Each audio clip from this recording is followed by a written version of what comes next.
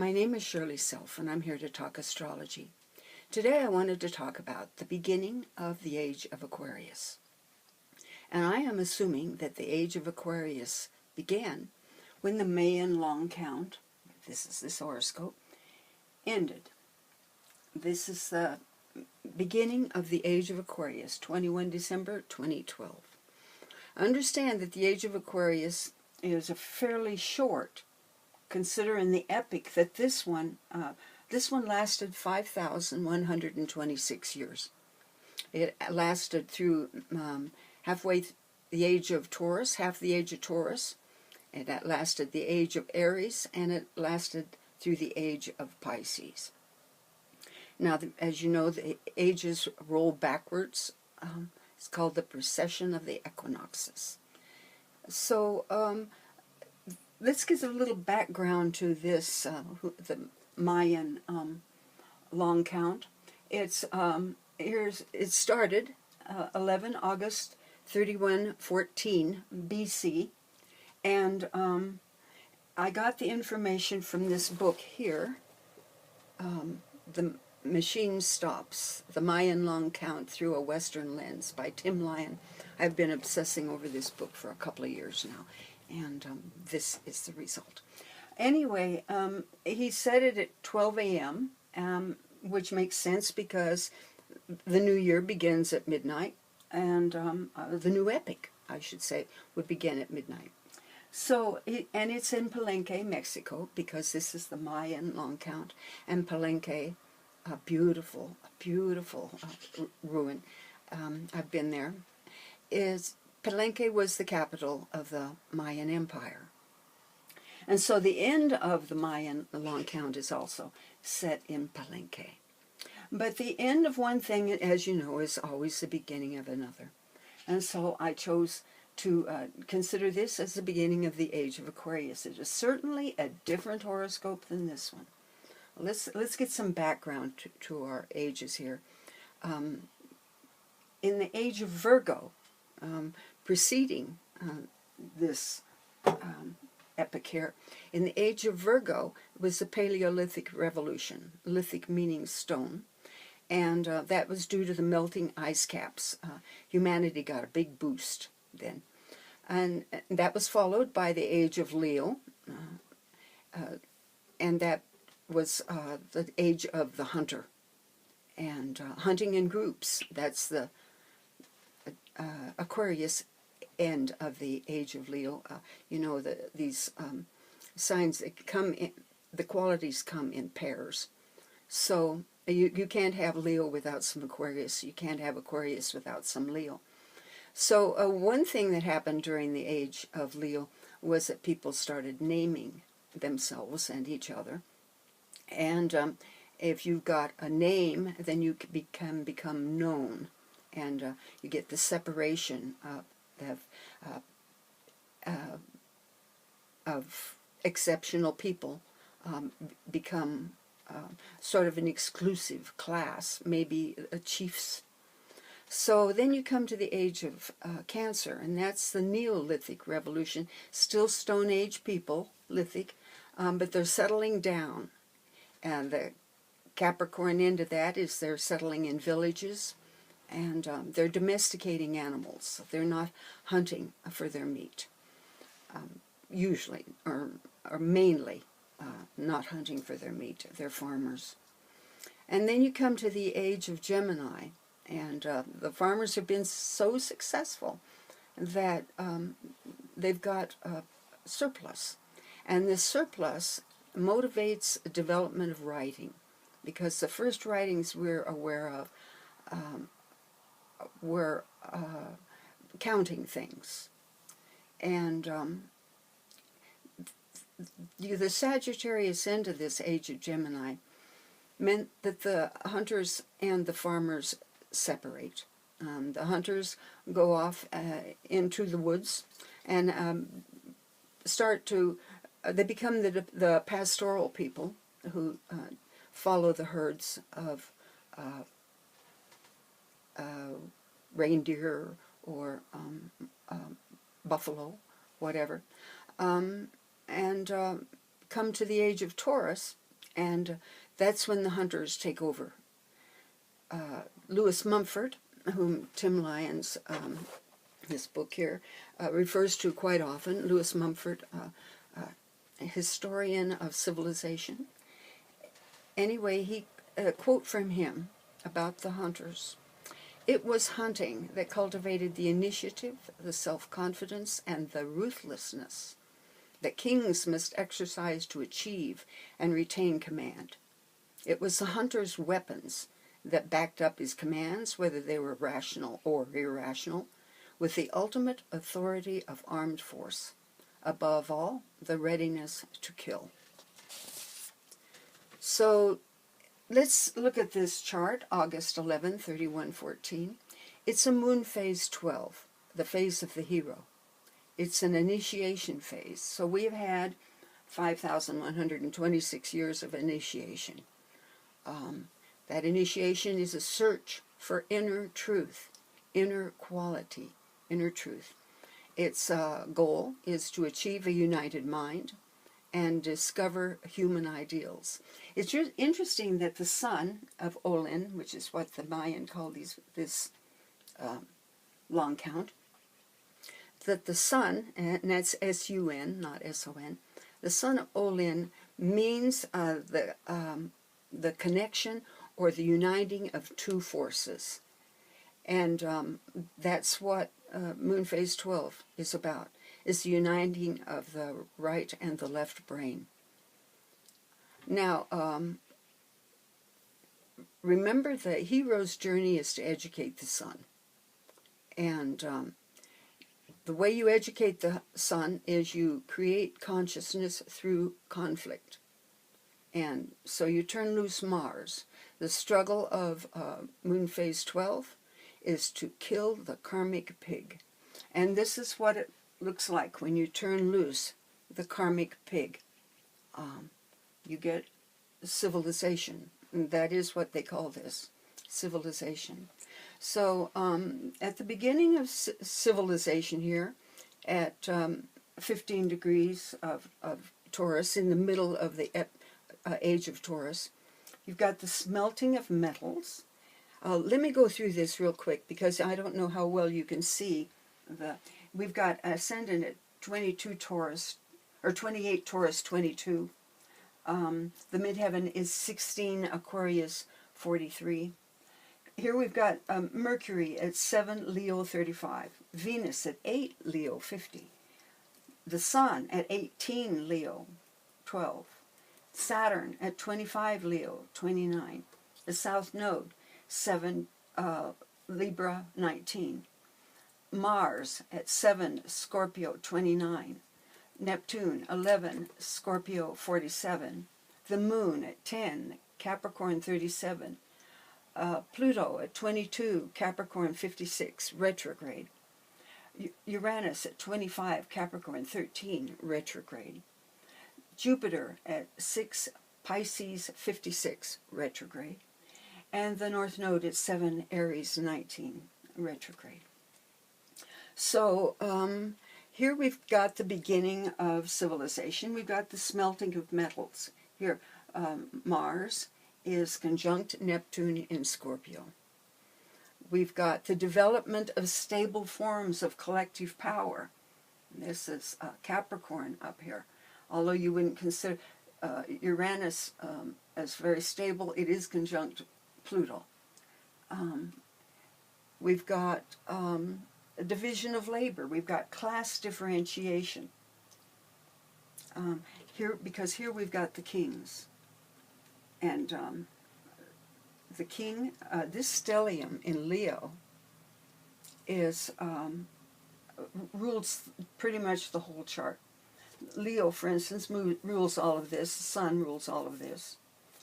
Because it rules Venus, it rules the ascendant. Because it rules Saturn, it rules the midheaven. And because it rules Saturn, it rules these three planets, Uranus, Pluto, and the moon.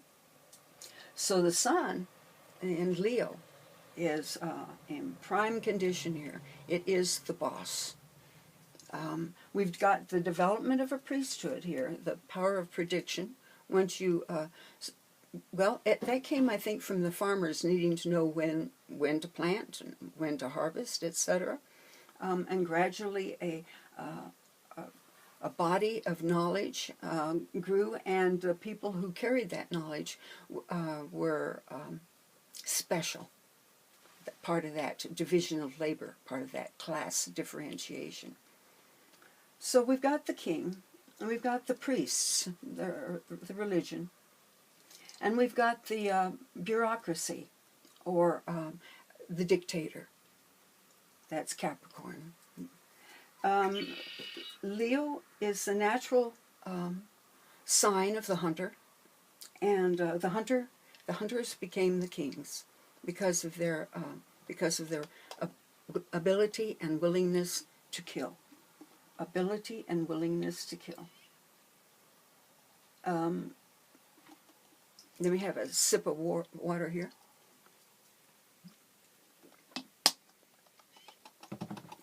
So after the age of Taurus, we come to the age of Aries. And that's when war became a permanent fixture of civilization.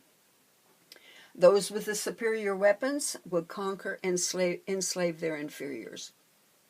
And you've got the notion that the king should conquer all territories. Because, why? Because he could. And because he owned everything and wanted to own everything. The greed of man, now that's the karmic pig, is our own greed. In the Elysian mysteries, Demeter and her Kore, the whole point of those initiations was to open people's eyes to their own nature and allow them to utilize their karmic pig for the benefit of society, for the benefit of humans, instead of the destruction of humans. But right now what we've got is destruction. We've got destruction. And as Lewis Mumford said, the beginning of the mega machine. The mega machine is made of people. The king rules wants to own everything. And notice that the South Node is here in the 5th house. And the 5th house is, you know, the house of Leo. And it's a house of theater and opulence and gambling and having a good time. And so that's what the kings did. And the mega machine, the people, were busy building palaces for the king and temples for the priests, and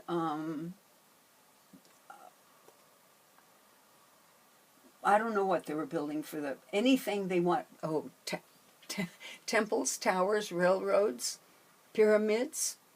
That was all what these people did. They weren't out killing each other for the glory and the benefit of the king and the priests and the hierarchy, or the bureaucracy that grew up around that.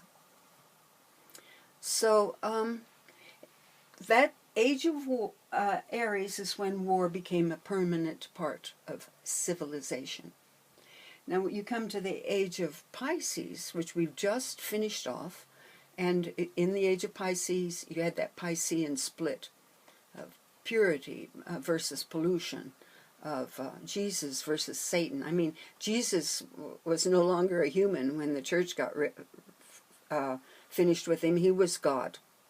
And if you have that something so good, then you have to have something so bad, and so they had to invent Satan. So, and there you've got the split between religion and science. Was happening in the last 100 years, I guess, of the age of Pisces, was the rise of psychology and quantum theory, starting to see through the illusions of our separateness from each other, from nature. Now, the 4 preceding epics before this Mayan long count, and they talk about how humans came up in each of these epics into a new level a new level. And I assume that's a new level of understanding and capacity. But anyway, we had 4 preceding epochs. With this one complete, this one was the 5th. And so here we've got the pentagram. We've got a pentagram.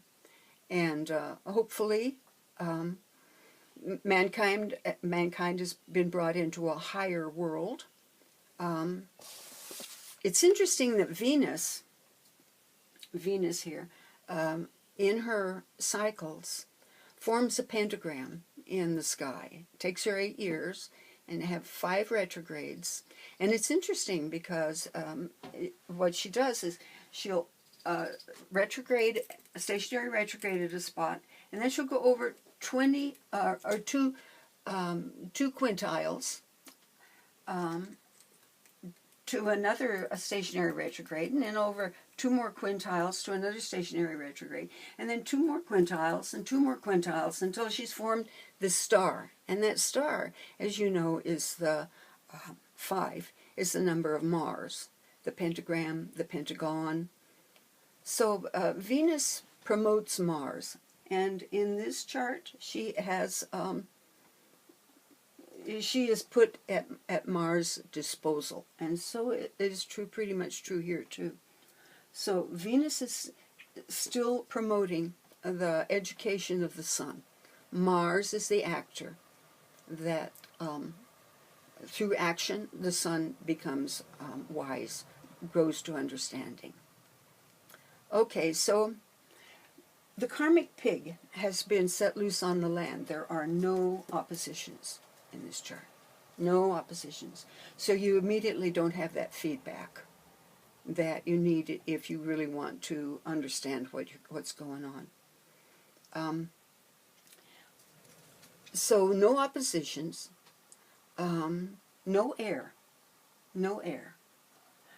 Air's on the midheaven, and you know the midheaven is your point of success. So success for civilization would be to grow in air, to grow in understanding, Aquarius. And I think that has been the whole point of this epoch, is to grow in understanding, to actually become the pentagram. Hopefully it's right side up and not upside down, because that's the sign of the devil. And the devil, as you know, is a man with his head up, is checking out his own caca. Okay, so let's hope that we have turned that right side up now. Right side up. And it's interesting that this chart is a Libra, 0 Libra rising, which to me is always kind of the world turned upside down. So if we've got our head, you know, wherever in this chart, maybe it's upright in this chart. Anyway, that's just my imagination running amok. Okay, in this chart, all the male planets are dignified. Mars is in its own sign, and in the Dwad, in the Capricorn Dwad. Now that's the Capricorn is a sign of Mars's exaltation. So this is a very powerful position for Mars here. Sun, the other male planet, is not a planet. The sun, the other male power in this chart, is in its own sign. The Venus, which is the female, Venus and the moon, Venus has no power. She's totally overwhelmed and owned by the sun. And the moon is in its fall. And so it's pretty much owned by the Pluto-Uranus conjunction and controlled by Saturn, which is owned by the sun. Let's see. So we've got the South Node here in the 5th house of theater. And so much of what the kings are about is theater. This is the chart of having a good time. And so we have the kings having a good time, having wonderful experiences, wonderful palaces, and owning and wasting anything they want. And the waste you see is a south node in Libra on the cusp of the 6th. And the cusp of the 6th is always, this needs repaired. This is where you're getting sick. This is where you need to do work. And the kings don't do work. The mega machine. This is the beginning of the mega machine. Of the king having the power of life and death over everybody and everything. And using the mega machine, using the people as a machine, as an army. If you're not building temples and palaces and pyramids, you're going to war and conquering your neighbors and anybody, everybody and anything that the king wants. That's what you're doing. You're part of the machine. And the only security here, you look for security at the moon, the only security is to join the hierarchy, to join, to become part of the problem, to become part of one of the bosses. That's your only security. The people have no security at all. This Mars is incredibly powerful. And it's in conjunction to Neptune, which gives us an image of the hero, an image of the powerful hero. The image of the warrior is the Mars in Scorpio, conjunct Neptune. And this is also conjunct Neptune is a willingness to kill. So, and the priesthood here, the religion, notice that Jupiter rules the 8th house. So the religion is a religion of death. And the Mayan religion was one that glorified death. And the Christian religion is one that glorifies death. So death became the religion. And on the house of religion, it shows the power of religion to support the king. The power of religion right here in the 9th house. And the power of propaganda to keep people separated and willing accomplices to willing puppets of the king and the priesthood and the dictators. Lately, as the kings have declined, the dictators have grown in number. So the south node here is the squandering of our resources. Venus, Mercury there. What else do I want to tell you about?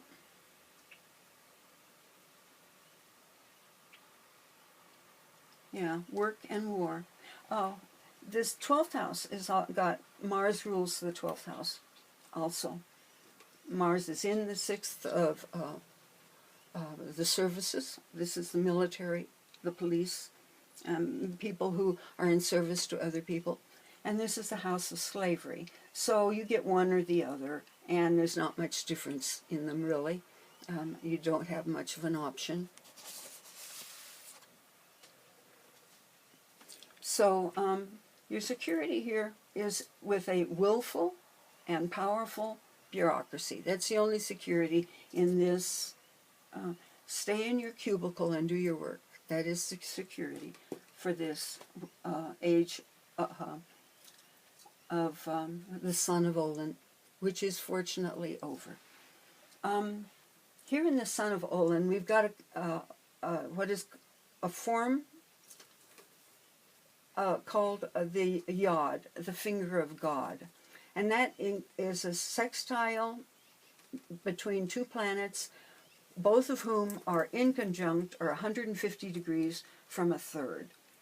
And this is called the foot. And this is kind of Plutonian down here, meaning that it is destructive until it is transformed by the action up here, transformed to become constructive. So what you have here is a release point, and that activation point for this yod is here at 7 degrees of Aquarius. And it's interesting to be the 7 degrees of Aquarius, and we're right there right now. Mars is retrograde on that 7th degree. Actually, it's retrograde right in here in Aquarius. And the South Node is also there. And the South Node of the United States is at 7 degrees of Aquarius. So, the finger of God. It's a karmic lesson to be learned. It has to be learned before the power of this can be released, the power of the foot. She's in Leo. The Venus is in Leo. And so that's the power of the heart and mind. She's conjunct Mercury there in Leo. The power of the heart and the mind, of loving human nature. So as planets aspected and progressed past this foot, this was past this activation point, the foot was brought into higher consciousness. And we've got, progressed, secondary progressed Pluto, for instance, and Tim Lyons talked about secondary progressed Pluto, and it was so interesting that I continued it. The secondary progressions, if you'll know, are a day for a year. You look in your ephemeris at your birthday, and you count down 7 days, and those will be your secondary progressions for your 7th year, the year you were 7. So that's how secondary progressions work. And in this 5,126 years, we got Pluto over this activation point several times. Like when Buddha and Zoroaster and Lao Tse came into the world, Pluto was crossing that activation point. And Neptune was in Sagittarius, had progressed in secondary progression in Sagittarius. Okay, Pluto was at 3 degrees Aquarius when Jesus was born. And 500 years later was again at 3 degrees Aquarius when Muhammad was born. Now the Magna Carta was signed as Pluto crossed that activation point, and Neptune was in Sagittarius. And when Joan of Arc was burned at the stake, this is a wonderful image of Joan of Arc being burned at the stake, Pluto was conjunct the progressed South Node at that activation point. So, that's how the yod works. That's how the yod works. I wanted to quote a poem from Yeats at this point because it's so appropriate. It's from Meru. Civilization is hooped together, brought under a rule, under the semblance of peace, by manifest illusion. But man's life is thought, and he, despite his terror, cannot cease ravening and raging and uprooting that he might come into the desolation of reality.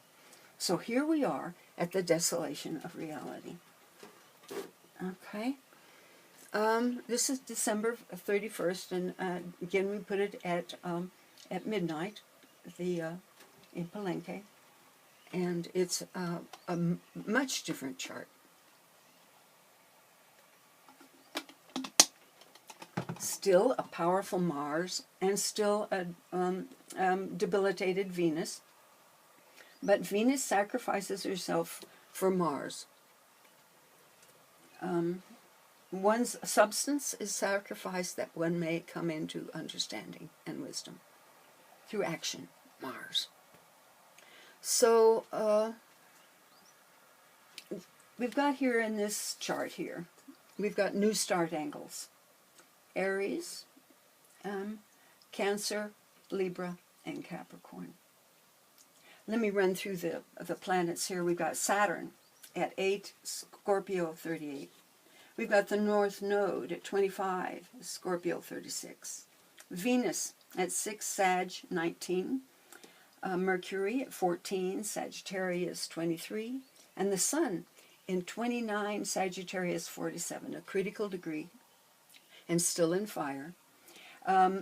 Pluto at 8, Capricorn 56, Mars 26, Capricorn 15, Neptune 0, Pisces 48, Chiron 5, Pisces 37, Uranus at 4, Aries 38, the Moon at 11, Aries 38, the South Node 25 Leo, or 25 Taurus 36, and Jupiter at 8, Gemini 55 retrograde, Jupiter being the only retrograde planet. And I took that to mean that religion is still with us in Gemini. It's in the house of religion here, and it's still promoting the division of people from people and people from nature. It is the foot of this yod here. There are 2 yods in this one. This is one. We've got the Saturn, Pluto sextile in conjunct to the Jupiter. The Jupiter definitely needs to be brought up to speed. We've got another yod right here. Jupiter, the Moon, in conjunct to the Saturn. So the Saturn, the grip that the hierarchy has on people also must be brought into consciousness. This still goes on. Pluto and Saturn are in mutual reception, and they've got this tight hold. We stole it fair and square, and we're keeping it. That is ongoing. And over here, the Moon and the people believing, the religious over here, believing a change of heart is what is necessary here. This is an interesting yod because down here is the release point for this yod that has Jupiter at the foot. But the Mercury here is in mutual reception to that Jupiter. This makes it a lot easier to work. I mean, like, the religion may go on and tell us that, no, you are not part of nature, and no, that is not your brother. But we know better. We know better, and are willing to articulate that and to prove it, that that we are one with nature, a part of this earth, and that we are all brothers and sisters. If you want to get, if you want to deny, if women want to deny that they are ever men or that they have any men in them, we are all responsible for this. You know, chances were very good that I, female this lifetime, was male last lifetime, will be male next lifetime, unless I have to do this one over again, in which then I'll probably be dumped back into female.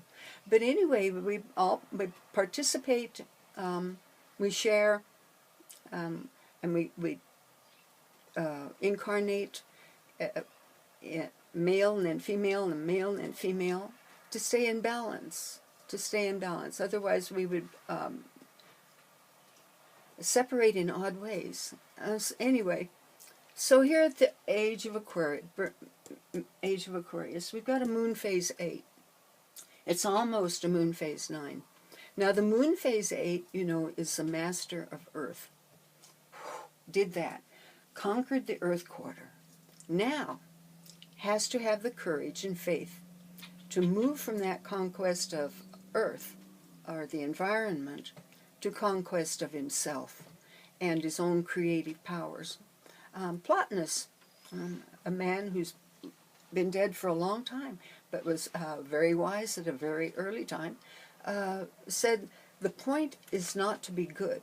And that's definitely a relief for us, because we ain't been. The point is to be God's. And that points to our creativity. And this is a very creative chart.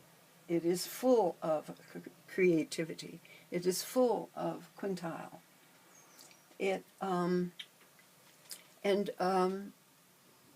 The freedom to be personally creative is what we have achieved here. We are no longer part of the mega machine. The Mars is now, has no aspects. The Mars is unaspected. Take your own Mars and do what you will with it, because it is no longer, big is over. Big is no longer functional. Well, big never functioned for all the people. Big never functioned for all the people. It only functioned for those who were willing to go along and do what they were told. So we look now to big business, big banks, big government to solve our problems, and it is not going to happen. What must happen is that people, here we've got the moon is conjunct Uranus. People have got to become personally responsible for the change they want to see. You're going to have to be the change you want to see. You've got the power to do that. The Mars has been turned loose. The Mars is now your own to use. The only security to be found here, and notice this is not a terribly secure moon. Just like up here, it was not a terribly secure moon. It is to be found, security is to be found amongst like-minded people. People who are interested in doing and studying and accomplishing similar things. This looks like militia. We've got the Mars in Capricorn here is in the Scorpio Dwad. You remember the Mars over here in Scorpio was in the Capricorn Dwad. It just shows the power of this Mars, that people to take charge of their own lives. Now, that's going to be hard to do. You're going to have groups of people take charge of our lives. We're going to have to regroup. Uranus is over here on the cusp of the 7th. The United States has Uranus on the cusp of the 7th. And Liz Green, who wrote an interesting book called The Art of Stealing Fire about Uranus, said that when you got Uranus on the 7th house cusp, it is a message to you to learn to accept, to learn about those people, but do not try to change them. Uranus is a stubborn cuss. It will do what it will do. And the more you attack Uranus, the more it will double down and be what it wants to be and not what you want it to be.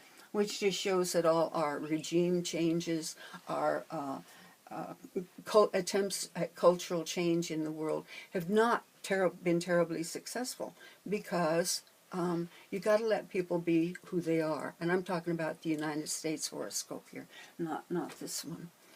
So so we've got a moon phase 8. It's almost a 9. So we have to have that courage to leap ahead. What's interesting is that when you think about the quote from Plotinus, is not to be good, but to be God. To learn to use our creative power. And you think about artificial intelligence, wanting to, again, return to the moon. All of this expansion of human potential.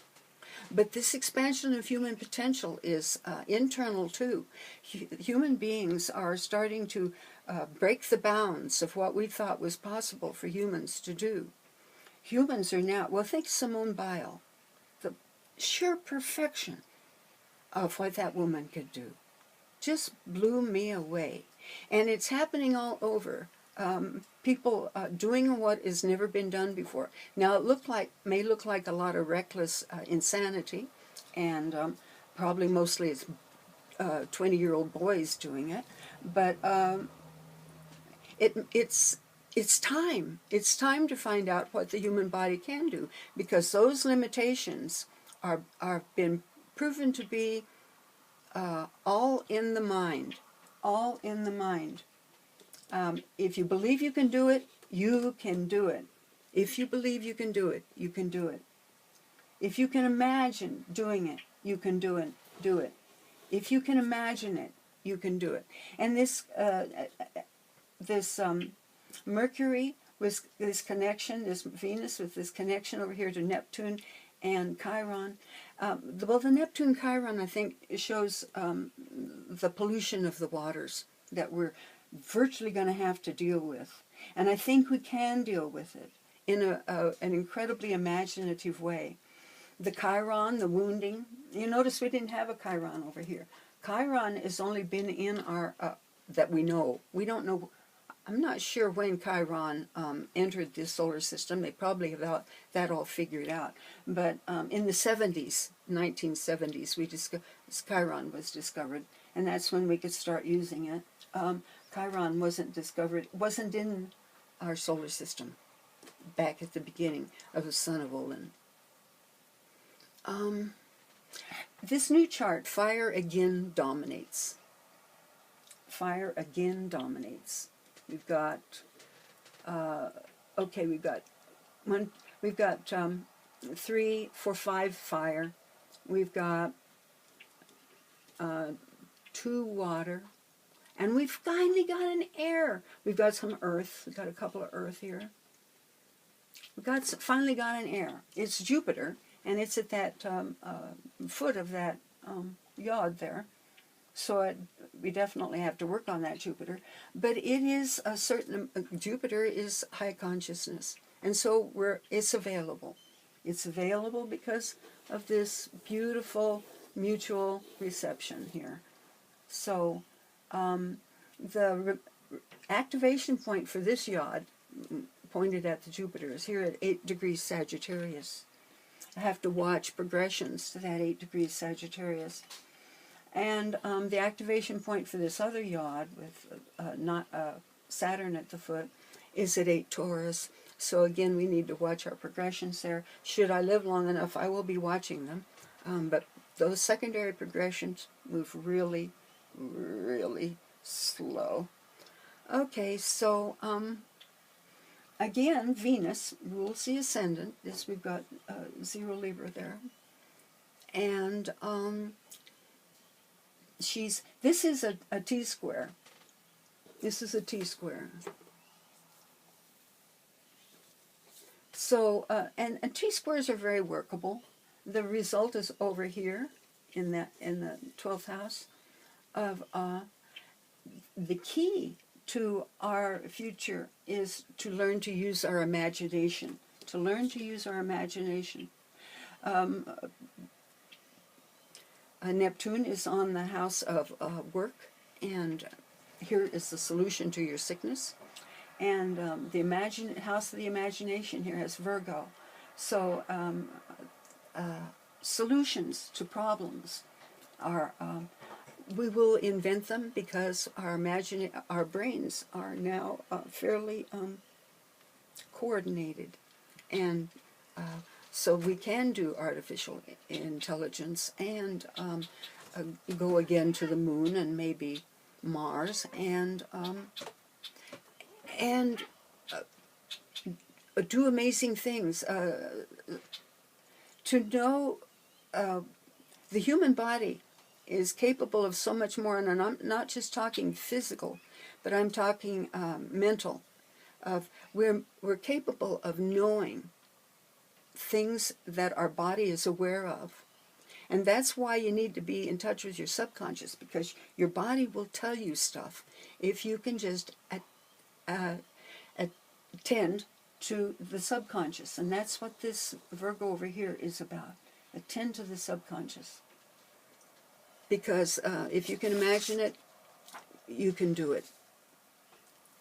Okay, the Pisces, the Neptune and Pisces over here is still square the Jupiter, so we still believe in duality. The churches will still divide us.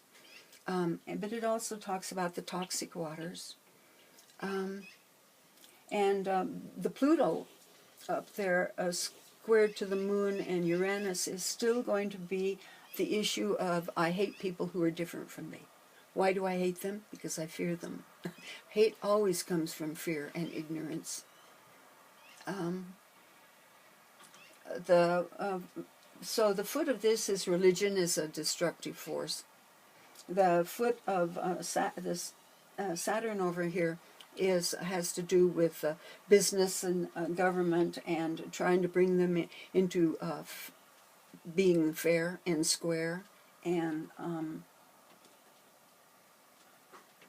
I wouldn't count on it. But anyway, the Taurus over here, the repairing 8th house, repairing our Earth is going to demand a contribution from those who have. Those who have.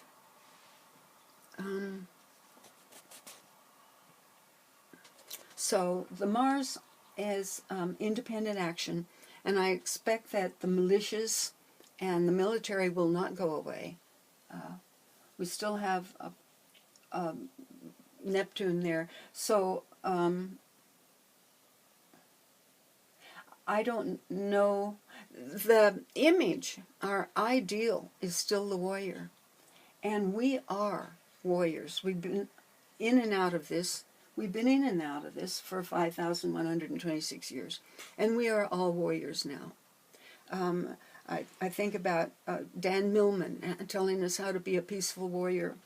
Don Juan teaching Carlos Castaneda how to be impeccable, how to be a warrior. And it's something we all need to pay attention to, because we are what you call Ronin now. We are not owned by the king anymore. We must find our own groups and fight the war for our freedom. Let's see, this Mars here is on the degree of the son of Olin, Uranus. And that has to do with freedom. The freedom to own yourself. So let me see what else I have to tell you. People are awakening. So what we're realizing now at the end of the long count is how expensive war is. How much we have sacrificed for this consciousness that we have developed during the Mayan long count. We have realized this. We own this. We are the image of the warrior, the Neptune, the image of the warrior, and we are it. It was a brutal education. Evidently it was necessary.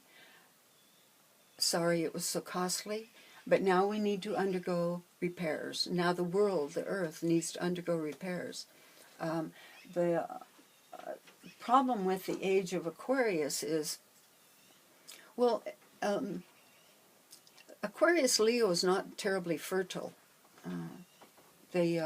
Aquarius Leo, Aquarius is actually a little more fertile than it's been given credit for, because it uses its genius to compensate for what has been ruined, and we will need to do that. We will need to do that.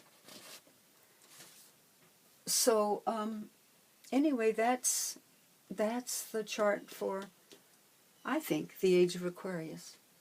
I hope you find it as interesting as I have. And I highly recommend this book. I think you can probably get it on Amazon. Or any of the other books by Tim Lyons. He's very articulate and has a Buddhist background that I relate to very, very much. So that's all for now. And I hope that you are doing well and are finding happiness in your life. Talk to you soon. Goodbye.